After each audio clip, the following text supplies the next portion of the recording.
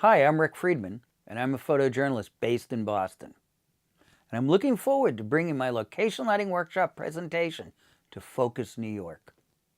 I started my career as a photojournalist working for magazines, where I developed my style of portraiture photography and location lighting. Most of my assignments are on location. I'll go into a situation, quickly size it up, and figure out how to create my photograph. And what do I need for lighting to bring out the images? My lighting ranges from very simple, a single speed light on camera, to multiple speed lights and multiple studio strobes, adding color gels. So I'm going to show you in my presentation how we do some of these lighting techniques, and tell you some of the behind the scenes stories and show you some of the images. So come join me the morning of March 25th at 9:30 in the morning. Look forward to being at Focus, New York.